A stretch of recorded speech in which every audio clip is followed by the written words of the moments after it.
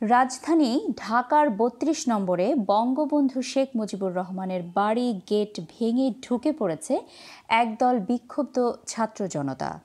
বুধবার রাত ৮টার দিকে বিভিন্ন স্লোগান দিয়ে বিক্ষুব্ধরা বাড়িটির ভেতর ঢুকে পড়েন।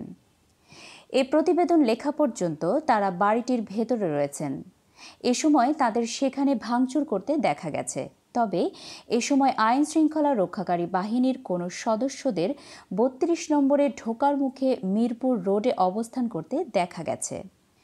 এর আগে মঙ্গলবার রাতে নিষিদ্ধ সংগঠন ছাত্রলীগের ভেরিফাইড ফেসবুক পেজ থেকে জানানো হয়, ভারতে অবস্থানরত আওয়ামী লীগ সভাপতি বুধবার রাতে ছাত্রদের উদ্দেশ্যে বক্তব্য রাখবেন।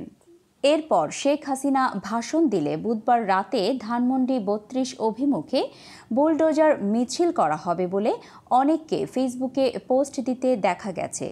এই বিষয়ে বৈষম্যবিরোধী ছাত্র আন্দোলনের পক্ষ থেকে কোনো বার্তা দেওয়া হয়নি। তবে শেখ হাসিনার ভাষণের আগেই এই হামলার ঘটনা ঘটল। এদিকে সন্ধ্যা ৬টা ২৫ হাসনাত আবদুল্লাহর ভেরিফাইড ফেসবুক অ্যাকাউন্ট থেকে দেওয়া একটা পোস্টে বলা হয়েছে, আজ রাতে বাংলাদেশ ফ্যাসিবাদের তীর্থভূমি মুক্ত হবে। প্রসঙ্গত, গত ৫ আগস্ট ছাত্র জনতার আন্দোলনের মুখে আওয়ামী লীগ সরকারের পতন ঘটে। সেদিনও ৩২ নম্বরের বাড়িটিতে হামলা, ভাঙচুর ও অগ্নিসংযোগ করা হয়।